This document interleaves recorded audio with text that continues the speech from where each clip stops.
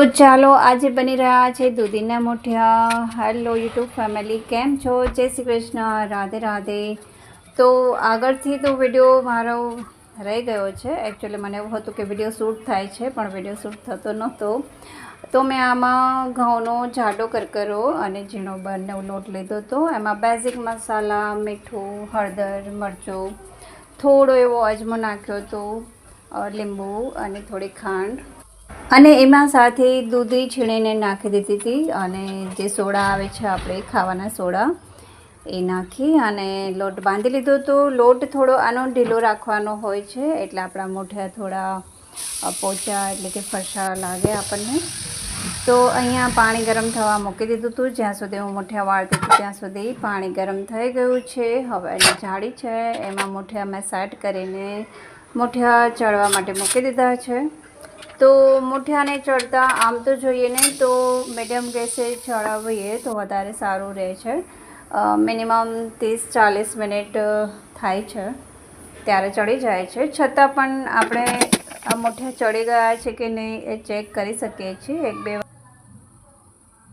ઢોકળા મુઠિયા આ રીતે આપણે ચેક કરી અને આમાં લોટ ચોટે નહીં, મુઠ્ઠી ચોટે નહીં, એટલે આપણે માની લેવાનું કે આપણા મુઠિયા ચડી ગયા છે।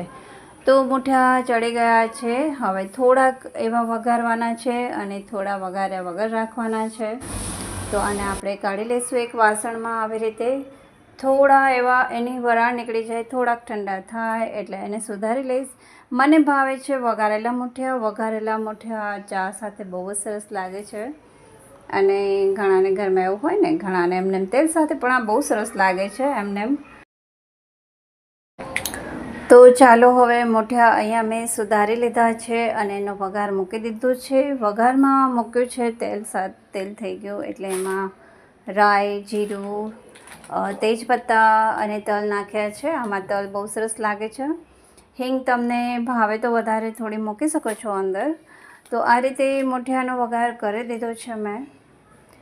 દૂધીના મુઠિયા છે, પછી પાલકના મુઠિયા છે, ભાજી મતલબ મેથી ભાજીના મુઠિયા છે। આ બધા મુઠિયા બહુ સરસ લાગે છે। આમ તો ભાજી છે, દૂધી છે, એવું બધું ઘણા બધાને ઘરમાં છોકરાઓ ખાતા નથી હોતા, તો આ રીતે થોડું અલગ બનાવીને આપણે છોકરાઓને ખવડાવી શકીએ છીએ।